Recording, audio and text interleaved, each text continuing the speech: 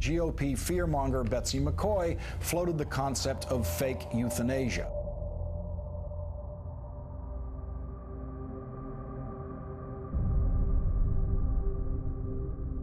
Sarah Palin on Facebook to the point of the opposition. This is what she writes.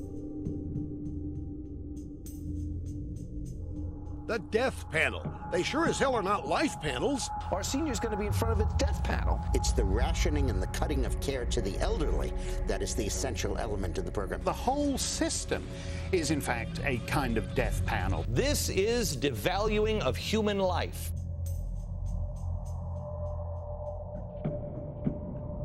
Are they forced to face a variation of the so-called death panels? Opponents are spreading the idea that the president's plan will encourage euthanasia. There's also the question of what's true and what's false and what people are arguing about this notion of a death panel.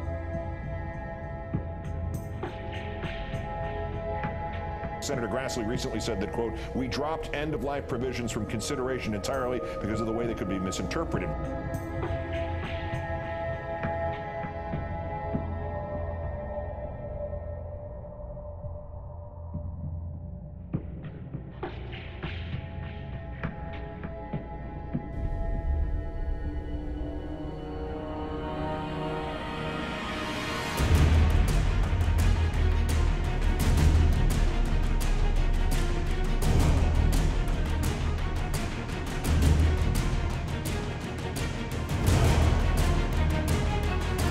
The labor union's taking away your right to a secret ballot vote. This is a Gestapo tactic. This bill should be called the Anti-Free Choice Pro-Slavery Bill. Card check now dead?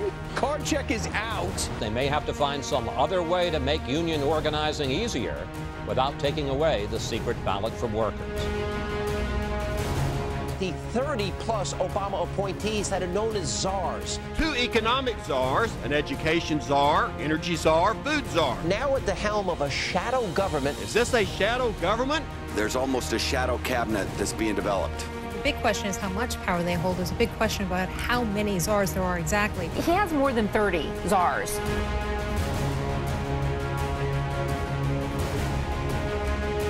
The controversial group Acorn under more scrutiny today. A radical left-wing group accused of massive voter registration fraud. These are the brown shirts. And so it is toast, burnt, finished, kaput. Will you miss them? We have radicals in the White House, but we haven't even begun.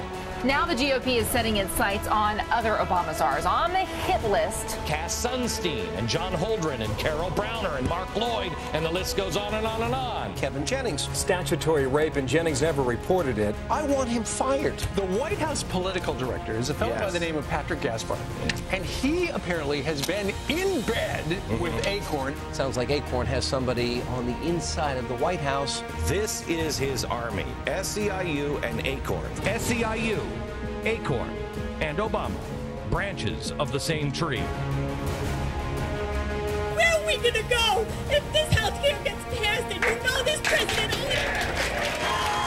If there's anything that happens at these town hall meetings, if anybody's hurt, this White House has some responsibility for it. These town halls that's being heavily organized by critics, folks who ran the big famous tea parties back in April. There's also a coded message to what I would call the Looney Tunes, the Fruit Loops on the side. It's really like playing Russian roulette, and once in a while it goes off, and we saw that happen with Dr. Tiller. I think that these calls are incredibly irresponsible. Americans on both sides now are saying, hang on, haven't I seen this movie before? Enough! Whipping activists into a frenzy, comparing President Obama's health care plan to Nazi policies. Obama is asking citizens to rat each other out, like Hitler did. He's just like Hitler. And you know what that means he deserves, right? And if they push this through, you need to riot in the streets. This is not going to go on in this country much longer. We're going to have a revolution in this country if this keeps up. Those crazies in Montana who say we're going to kill ATF agents because the UN's going to take over, well, they're beginning to have a case.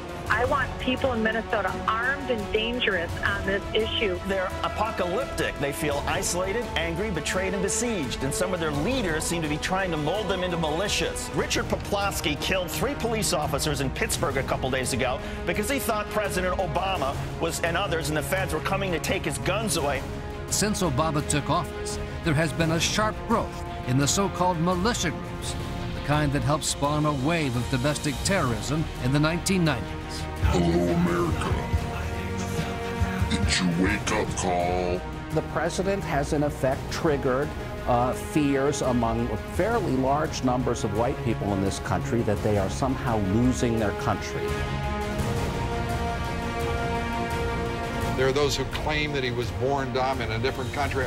I hope he fails. This guy is, I believe, a racist. He seems to have, it seems to me, some malevolence toward this country which is unabated. Are we really one step closer to the United Socialist States of America?